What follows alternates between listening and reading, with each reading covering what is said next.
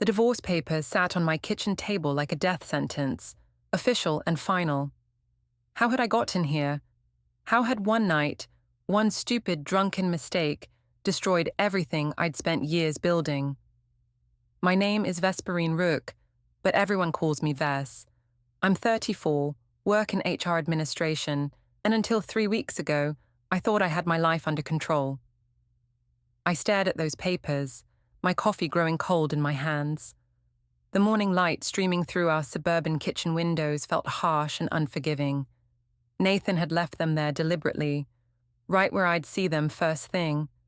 No note, no explanation, just cold legal documentation of how thoroughly I'd ruined everything. The headache hit me before I even opened my eyes.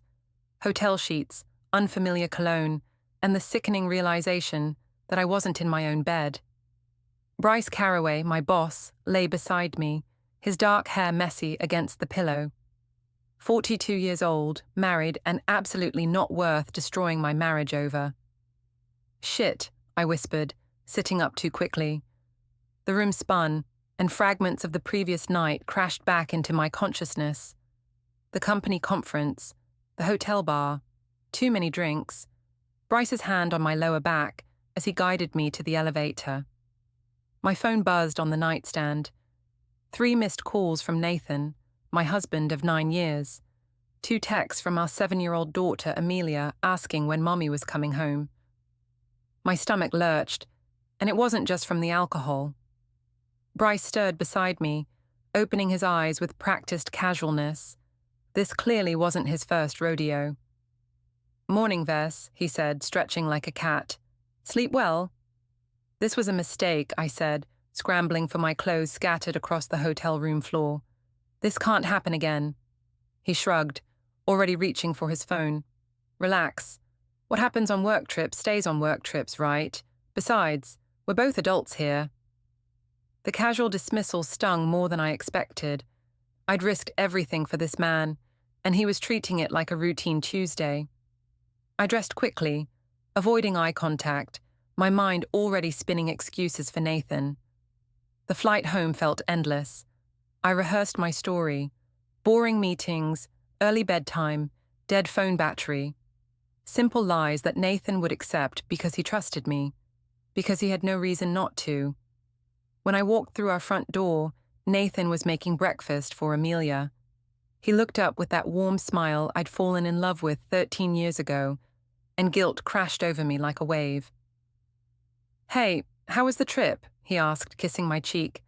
He smelled like coffee and aftershave, familiar and safe. "Exhausting," I said, forcing a smile. "You know how these conferences are. Death by PowerPoint." Amelia ran over and hugged my legs. "Mommy, I missed you." "I missed you too, baby," I said, picking her up. Over her shoulder, I caught Nathan watching me with a slight frown. "You seem different," he said quietly. My heart hammered. "Just tired. Jet lag, you know." But Nathan's eyes lingered on me, and for the first time in our marriage, I wondered if he could see right through me. The next few days passed in a blur of forced normalcy. I threw myself into domestic routines, making Amelia's lunch, doing laundry, pretending everything was fine. But Nathan kept watching me with those thoughtful brown eyes, and I could feel the weight of his suspicion growing. It was Nathan's mother, Joan, who first voiced what everyone was thinking. She called on Wednesday evening while I was helping Amelia with homework. "Vez seems off," I heard her tell Nathan through the kitchen doorway. Distant. "Is everything all right between you two?" My own mother, Janice, had a different take when I called her the next day. "Nathan's always been too serious," she said dismissively. "You work hard, Vez. You deserve to have some fun. If he can't appreciate that, maybe he needs to step up his game." The difference in their reactions should have been a warning sign, but I was too busy managing my guilt to pay attention. The anonymous text came on Thursday afternoon while I was at work. Unknown number, simple message. "You looked cozy at the bar. Careful." My hands shook as I deleted it immediately. Someone had seen us. Someone knew. "Everything okay?" Karina Mendez, my work friend, peered over my cubicle wall. At 29, she was younger than me, but had always been a loyal ally in office politics. Fine, I said quickly, shoving my phone into my desk drawer. Just spam. But Karina's expression told me she wasn't buying it. She glanced around the office, then leaned closer. Look, Ves, I heard something yesterday about you and Bryce at the conference. My blood turned to ice. What kind of something? Janet from accounting said she saw you two leave the hotel bar together. Late. Like really late. Karina's voice dropped to a whisper. Please tell me you didn't do anything stupid. I forced a laugh, but it came out hollow. Janet needs to mind her own business. Bryce had some work stuff to discuss, that's all. You know how these corporate types are. Always networking. Karina didn't look convinced. Ves, he's married. And so are you. Whatever's going on. Nothing's going on, I snapped, louder than intended. Several heads turned our way. God, can't a woman have a professional conversation without everyone assuming the worst? Maybe if people around here focused on their own relationships instead of gossiping about mine, they'd be happier. It was a low blow, and I knew it. Karina had been going through a rough breakup for months. Her face flushed, and she stepped back. Right, sorry for caring, she said coldly, disappearing back to her desk. I immediately regretted it, but pride kept me from apologizing. Instead, I buried myself in paperwork, trying to ignore the whispers that seemed to follow me through the office hallways. That evening, Nathan's brother Kellen called during dinner. I could hear his voice through the phone, animated and concerned. I heard something weird about Ves at work, he was saying.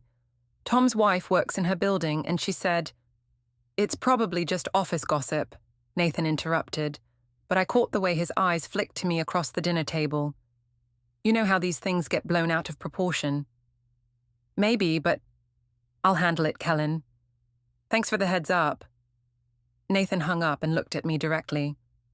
Want to tell me what that was about? I shrugged, cutting Amelia's chicken into smaller pieces. Office drama. You know how people love to talk. About what? Nothing important.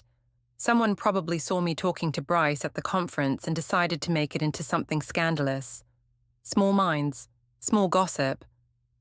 Nathan nodded slowly, but the crease between his eyebrows deepened.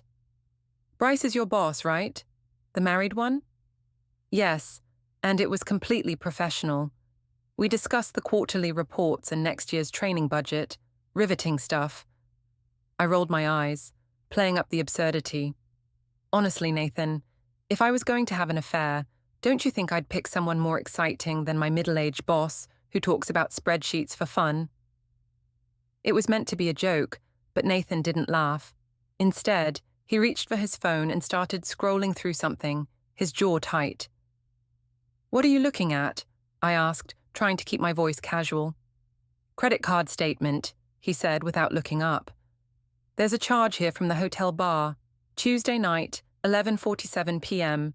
$137. My mouth went dry. So you told me you went to bed early because you were tired from the meetings. Think fast, Ves. I did go to bed early. That charge must be from the welcome reception. You know how they bundle those corporate events. Probably included drinks for the whole group. Nathan's thumb kept scrolling. It says late night service. That doesn't sound like a group reception. I don't know, Nathan. Maybe there was a problem with their billing system. Why are you interrogating me over a credit card charge? Because my wife told me she went to bed early, but apparently she was at the hotel bar spending $137 at midnight. The accusation hung in the air between us. Amelia looked up from her dinner, sensing the tension. Are you and Daddy fighting? She asked in a small voice. No, sweetheart, I said quickly, shooting Nathan a warning look. Daddy's just asking about my boring work trip. Nothing to worry about. Nathan's phone buzzed with another text. He glanced at it, and his expression darkened further. Everything okay? I asked. He showed me the screen. It was from Kellen. Tom's wife says Ves and her boss were definitely together at the bar. Looked pretty cozy. Thought you should know. My heart hammered against my ribs. That's ridiculous. I can't control how things look to strangers. Can you control how they actually are? Nathan asked quietly. The question hit like a physical blow. For a moment, I considered telling him everything. The drinks, the flirtation, waking up in Bryce's bed. But the words stuck in my throat, and instead, I felt anger rising. I can't believe you're taking gossip from your brother's friend's wife over your own wife's word, I said, standing up abruptly. After 9 years of marriage, this is the trust I get. No, Nathan, I work my ass off at that job. I take care of this house. I raise our daughter. And the first time some bored housewife decides to spread rumors, you automatically assume I'm lying to you. It was a masterful deflection, and I could see it working. Nathan's shoulders sagged slightly, doubt creeping into his expression. I'm not assuming anything, he said. I'm asking questions because the story doesn't add up. The story is that I went to a work conference, did my job, and came home to my family. If that's not good enough for you, maybe the problem isn't with me. I stormed out of the kitchen, leaving Nathan to clean up dinner and put Amelia to bed. In our bedroom, I sat on the edge of the bed, hands shaking as I deleted text after text from my phone. Messages to Bryce from that night, flirty responses, arrangements to meet at the bar. Evidence, all of it evidence that could destroy everything. But as I cleared my phone's history, I told myself I was protecting my family. Nathan didn't need to know about one stupid mistake. It would only hurt him, and it would never happen again. I was doing the right thing. The lies were getting easier to tell, even to myself. Sunday brunch at the local cafe was supposed to be a fresh start. I'd suggested it myself, a public display of family unity to counter any lingering gossip. Nathan, Amelia, and I sat at our usual corner table, joined by both sets of parents and Kellen. The perfect picture of domestic bliss, except nothing felt perfect anymore. Joan, Nathan's mother, kept shooting me suspicious glances over her mimosa. At 58, she'd always been protective of her son, but today her disapproval felt sharp enough to cut glass. So, Ves, she said with false sweetness, Nathan mentioned you had quite an eventful work trip. My mother Janice immediately bristled. What's that supposed to mean? Nothing at all, Joan replied smoothly. Just making conversation about Ves's career. She's so dedicated to her work. The emphasis on dedicated made my skin crawl. I forced a bright smile. It was just a standard conference, Joan. Boring presentations, terrible coffee, you know how it is. Joan's eyes narrowed slightly. And you spent the whole time with colleagues, I assume? Of course she did, Janice jumped in before I could answer. Ves is a professional. Unlike some people, she doesn't have time to sit around inventing drama where none exists. The tension at the table ratcheted up several notches. Nathan looked uncomfortable. Kellen was openly staring, and poor Amelia was picking at her pancakes, clearly sensing the adult undercurrents she couldn't understand.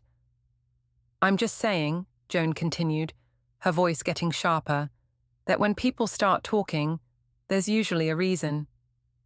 People talk because they have nothing better to do, I said, feeling my temper rise. Maybe if Nathan had more confidence in his wife, he wouldn't be so quick to believe every piece of gossip that comes his way. Nathan's head snapped up. Excuse me? Perfect. Now I had everyone's attention. Time to go on the offensive. Come on, Nathan.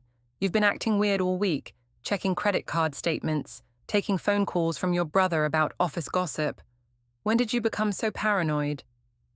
I'm not paranoid, Nathan said quietly. I'm concerned. About what? That your wife is successful enough to attend business conferences? That she has a job that requires her to network with colleagues? I was playing to the crowd now, and I could see it working on some of them. Janice nodded approvingly, and even Kellen looked a bit uncertain. Maybe, I continued, warming to my theme, if my husband was a little more supportive of my career, instead of treating every business trip like a potential affair, we wouldn't be having this conversation. It was a masterful performance, and I knew it. I was the wronged wife, the dedicated professional being undermined by her insecure husband. The fact that it was complete bullshit didn't matter. What mattered was controlling the narrative. "That's not fair, Vess," Nathan said, his voice still calm, but with an edge I'd never heard before. "I've always supported your career." "Have you? Because from where I'm sitting, it feels like you're looking for reasons to tear me down." "Nobody's tearing anyone down," Joan interjected, but her tone had shifted. She was looking at Nathan with concern now, not me. "Aren't you?" I turned to face her directly. "Because it sure feels like you've already decided I'm guilty of something. What exactly are you accusing me of, Joan?" The cafe had gone quiet around us. Other diners were pretending not to stare, but I could feel their attention like a spotlight. "I'm not accusing you of anything," Joan said carefully. "I'm just saying that when multiple people mention seeing you with your boss, my boss who I work with every day, my boss who was at the same conference I was, shocking that we might have been in the same vicinity, right?" Kellen leaned forward. "Vess, maybe you should—" "Maybe I should what, Kellen? Apologize for doing my job? Apologize for being good at what I do? Or should I just quit working altogether so nobody has to worry about me interacting with male colleagues?" I was getting louder, and I could see Nathan's embarrassment growing. Good. Let him feel uncomfortable for once. "You're being ridiculous," he said quietly. "I'm being ridiculous? I'm not the one conducting investigations into my spouse's credit card charges. I'm not the one taking gossip calls from family members.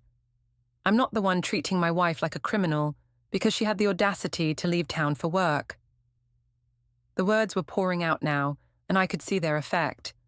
Nathan looked genuinely hurt. Joan was backing down, and Janice was nodding along like I was delivering the Sermon on the Mount.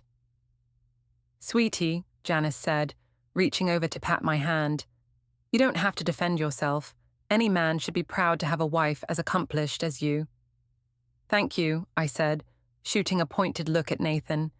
"At least someone appreciates what I bring to this family." Nathan stood up abruptly, his chair scraping against the floor. "I need some air," he said, pulling out his wallet and throwing 2 20s on the table. "I'll be in the car." He walked away without another word, leaving me sitting there with his family's shocked faces staring back at me. For a moment, I felt a flicker of doubt. Had I pushed too hard? But then Janice squeezed my hand again. "Don't you worry about him, honey. He'll come around. Men just have fragile egos sometimes." Karina, who had been sitting at a nearby table with her sister, appeared at my elbow. "That was intense," she said with a nervous laugh. "You okay?" "I'm fine," I said, gathering my purse. "Just tired of being treated like I can't be trusted to do my job without supervision." But as I walked toward the parking lot, I caught a glimpse of Nathan through the cafe window. He was sitting in our car, talking on his phone, with an expression I'd never seen before. Cold, determined. And for the first time since this whole mess started, I felt genuinely afraid. Nathan didn't speak to me on the drive home from brunch. The silence stretched between us like a chasm, filled only by Amelia's chatter from the back seat about her friend's upcoming birthday party. When we pulled into our driveway, he helped our daughter out of her car seat with mechanical precision, his movements careful and controlled. "Daddy, are you sad?" Amelia asked, tugging on his sleeve. "Just tired, sweetheart," he said, lifting her up. "Why don't you go play in your room for a bit? Mommy and Daddy need to talk." The words sent ice through my veins. We needed to talk. Nothing good ever started with those words. Inside the house, Nathan waited until Amelia was safely upstairs before turning to face me. He looked different somehow. Older, more serious. The easy smile I'd taken for granted for 9 years was nowhere to be found. "We need to discuss what happened back there," he said quietly. "What's to discuss? Your mother was out of line and I defended myself. You humiliated me in front of both our families." I felt my temper flare again. "I humiliated you?" "Nathan, You've been treating me like a criminal for a week over some stupid office gossip. How do you think that makes me feel? I think it makes you feel guilty, he said, and the calm certainty in his voice stopped me cold. What's that supposed to mean?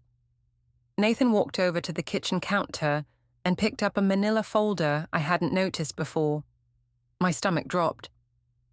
It means I know you're lying to me, Vess, and I have proof. He opened the folder and spread its contents across our kitchen table. Credit card statements with charges highlighted in yellow, printouts of text messages, hotel records. My throat went dry. Where did you get those? Does it matter? Nathan's voice was still quiet, but there was steel underneath now. The question is, do you want to tell me the truth, or should I just read it to you? I stared at the papers, my mind racing. How had he gotten my text messages? The hotel records? This wasn't the Nathan I knew, my gentle, trusting husband who never questioned anything I told him. Nathan, I can explain. Then explain. He picked up one of the printouts. Explain this text you sent to Bryce Caraway at 10:47 p.m. on Tuesday night. Meet me at the bar in 10 minutes. I need that drink you promised me. My face burned. It was just, explain this response from him. Can't wait to get you alone. Nathan, explain this hotel keycard record showing you entered room 1247, Bryce's room, at 12:23 a.m. and didn't leave until 6:15 a.m. the next morning. The evidence was laid out like a crime scene, and I was the perpetrator caught red-handed. But even cornered, even faced with undeniable proof, I felt the familiar surge of defensive anger. You had me investigated, I said, my voice rising. You hired someone to spy on your own wife. I hired someone to find out the truth because you wouldn't tell it to me. The truth? You want the truth, Nathan. The truth is that you drove me to this. The words came out before I could stop them, and I saw Nathan flinch like I'd slapped him. I drove you to cheat on me. You drove me to feel so lonely and unappreciated that when someone finally showed me attention, I responded to it. Yes. It was a desperate gambit, but I was fighting for my life now. I could see everything I'd built crumbling around me, and I had to make him understand that this wasn't entirely my fault. When's the last time you looked at me the way Bryce does? When's the last time you made me feel attractive, or interesting, or like I was more than just a wife and mother going through the motions? Nathan's face went pale. So, this is my fault. It's both our faults. Marriages don't just fall apart overnight, Nathan. They die slowly, from neglect and taking each other for granted and... Stop. His voice cut through my rambling like a blade. Just stop. We stared at each other across the kitchen table. The evidence of my betrayal spread between us like a roadmap of our marriage's destruction. Did you sleep with him? Nathan asked quietly. The question hung in the air, and I knew this was my last chance. I could lie, claim it was just flirtation, just drinks, just a moment of weakness that didn't go all the way. But looking at Nathan's face, at the pain and disappointment and resignation in his eyes, I realized he already knew the answer. Yes, I whispered. Nathan nodded once, like he was confirming something he'd already accepted. Then he walked over to the counter and picked up an overnight bag I hadn't noticed. Where are you going? My brother's house. I need some space to think. Nathan, wait. We can work through this. It was one mistake, one stupid night. It didn't mean anything. He paused at the kitchen doorway. If it didn't mean anything, then why did you lie to me about it? Why did you humiliate me in public rather than just tell the truth? I didn't have an answer for that. I'll be back tomorrow to get some more clothes, he said. We'll need to figure out arrangements for Amelia. Arrangements? Nathan, you can't just leave. We have a family. We had a family, he said quietly. You decided it wasn't enough. After he left, I sat alone at the kitchen table, staring at the evidence of my own destruction. Upstairs, I could hear Amelia playing, blissfully unaware that her world was about to change forever. I called my mother, sobbing into the phone about Nathan's unreasonable reaction, his refusal to forgive, his abandonment of our family. Janice listened sympathetically, making all the right noises about men and their egos and their inability to understand that these things happen. "You need to remind him who needs who in this relationship," she said firmly. "He'll come crawling back once he realizes what he's lost." But as I hung up the phone and looked around our empty house, I couldn't shake the feeling that Nathan had already realized exactly what he was losing and had decided it wasn't worth keeping. The next 2 weeks were a nightmare of logistics and pretense. Nathan came by the house twice to collect his belongings, each visit brief and businesslike. He spoke to me only about Amelia, pickup times, school events, doctor appointments.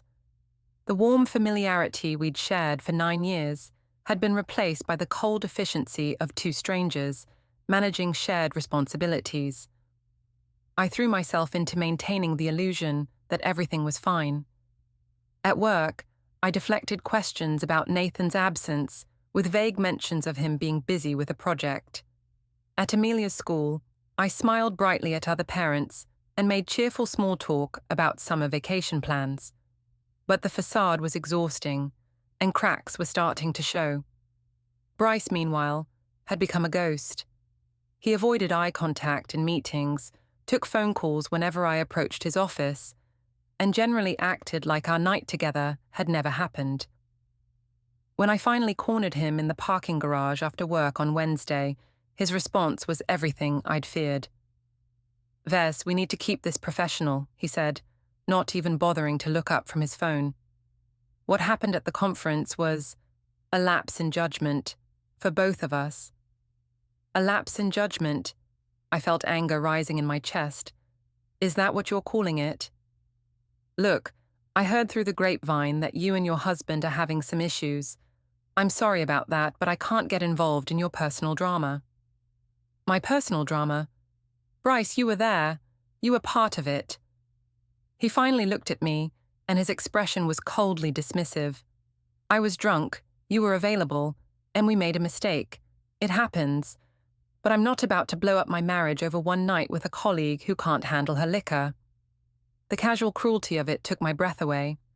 This was the man I'd risked everything for, this coward who was now rewriting history to protect himself. "You're unbelievable," I said. "I'm practical," he replied, already walking toward his car. "And if you're smart, you'll be practical too. This conversation never happened." I stood alone in the parking garage, feeling smaller and more foolish than I had since this whole mess began.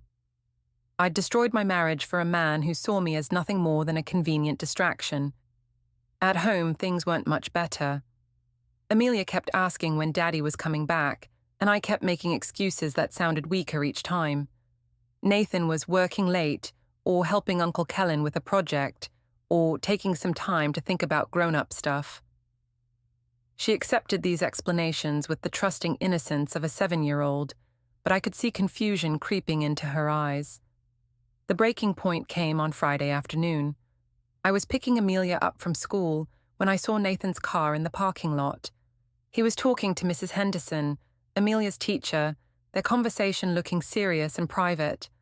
When Amelia spotted him, she ran over with a squeal of delight. "Daddy, you're here." "Hey, princess," he said, scooping her up in a hug. Over her shoulder, his eyes met mine, and I saw something I didn't recognize there. Determination, maybe. Or resolve. "What are you doing here?" I asked as I approached. "Parent-teacher conference," Mrs. Henderson said before Nathan could answer. "We were discussing Amelia's recent behavioral changes." My stomach dropped. "What behavioral changes?" "She's been having trouble concentrating in class," the teacher explained gently. "Some tearfulness, questions about family dynamics. It's not uncommon when children sense tension at home." I felt heat rise in my cheeks. There's no tension at home. Nathan's just been busy with work lately. Mrs. Henderson and Nathan exchanged a look that made me feel like a child caught in a lie. "Perhaps we could schedule a follow-up meeting," the teacher suggested diplomatically, "when both parents are available to discuss Amelia's needs." "That would be great," Nathan said. "I'll call you next week to set something up." As we walked toward our respective cars, Amelia skipping between us, I felt the weight of Nathan's silence like a physical presence. "You can't just show up at her school without telling me," I said quietly. "I'm her father. I don't need permission to be involved in her education." "That's not what I meant, and you know it." Nathan stopped walking and turned to face me. "What did you mean, Ves?" The question was simple, but I could hear layers underneath it. What did I mean? That I was losing control of the narrative, that people were starting to see through my carefully constructed version of events, that my daughter was suffering because of choices I'd made. "I just think we should present a united front," I said weakly. "A united front," Nathan repeated slowly. "Is that what you call lying to our daughter about why I'm not living at home anymore? You're the one who chose to leave. And you're the one who chose to cheat." The words hung between us like a slap. Amelia was still skipping ahead, out of earshot, but I lowered my voice anyway. "Keep your voice down." "Why? Afraid people might find out the truth?" Before I could answer, Nathan's phone buzzed. He glanced at it, and his expression hardened further. "What is it?" I asked. He showed me the screen. A text from his lawyer. "Documents are ready for review. Can you come in Monday morning?" My blood turned to ice. "Nathan, what documents?" But he was already walking away, calling out to Amelia that he'd see her soon. I stood in the school parking lot, watching my husband and daughter embrace goodbye, and for the first time since this nightmare began, I realized that Nathan wasn't just angry or hurt, he was done. That weekend passed in a blur of anxiety and desperate phone calls. I tried reaching Nathan multiple times, but he didn't answer. I called Kellen, who was polite but distant. I even tried Joan, who listened to my tearful apologies with skeptical silence, before telling me she thought it was best if we all took some time to process this situation. By Sunday night, I was frantic. I'd lost my husband, alienated his family, and apparently traumatized my daughter. The perfect life I'd spent years building was collapsing around me, and I couldn't figure out how to stop it. The envelope arrived Monday morning, delivered by courier, while I was getting Amelia ready for school. Official legal documents with Nathan's lawyer's letterhead, formal language that turned the end of my marriage into a series of numbered paragraphs and legal precedents. Petition for legal separation, temporary custody arrangement, financial disclosure requirements. I read through the papers with growing horror, each page more devastating than the last. Nathan wasn't just leaving me. He was dismantling our life together with surgical precision, and according to the documents, he had every legal right to do so. Adultery, the papers said, marital misconduct, behavior detrimental to the family unit. All true, all documented, all my fault. I called in sick to work and spent the day on the phone with lawyers, trying to understand my options. The news wasn't good. Nathan had been thorough in his preparations, and the evidence against me was overwhelming. My best hope was to negotiate terms, not to fight the inevitable. By the time Amelia came home from school, I felt like I'd aged a decade in a single day. She found me sitting at the kitchen table, surrounded by legal papers, tears streaming down my face. "Mummy, are you okay?" I looked at my daughter, my beautiful, innocent daughter, who was about to learn that sometimes the people you love most are the ones who hurt you worst. And I realized there was no more hiding from the truth. "Sweetie," I said, pulling her onto my lap, "we need to talk about some changes that are going to happen in our family." The lawyer's office smelled like leather and disappointment. Nathan sat across the conference table from me, flanked by his attorney, a sharp-eyed woman named Patricia Chen, who looked like she ate cheating spouses for breakfast. My own lawyer, hastily hired and clearly outgunned, shuffled through papers with the resigned air of someone fighting a losing battle. 3 weeks had passed since the separation papers arrived, and Nathan looked different, calmer somehow, more settled in his own skin. The hurt and confusion that had marked our last real conversation had been replaced by something harder and more final. "Before we begin," Patricia said, opening a thick folder, I want to make sure everyone understands what we're discussing today. This is not a mediation session. This is not an attempt at reconciliation. My client has filed for legal separation with the intent to pursue full divorce proceedings. We're here to discuss terms. I felt my lawyer shift uncomfortably beside me. My client is hoping we can reach an amicable agreement that serves everyone's best interests, particularly the child involved. Of course, Patricia smiled without warmth. Let's review the evidence, shall we? What followed was the most humiliating hour of my life. Patricia laid out my betrayal like a prosecutor presenting a murder case. Hotel records, credit card statements, text messages, witness statements from conference attendees who had seen Bryce and me together. She even had a statement from the hotel bartender who remembered serving us that night. As you can see, she concluded, the case for adultery is ironclad. My client has grounds for a fault-based divorce in this state, which significantly impacts the division of assets and custody arrangements. Now wait just a minute, my lawyer interjected.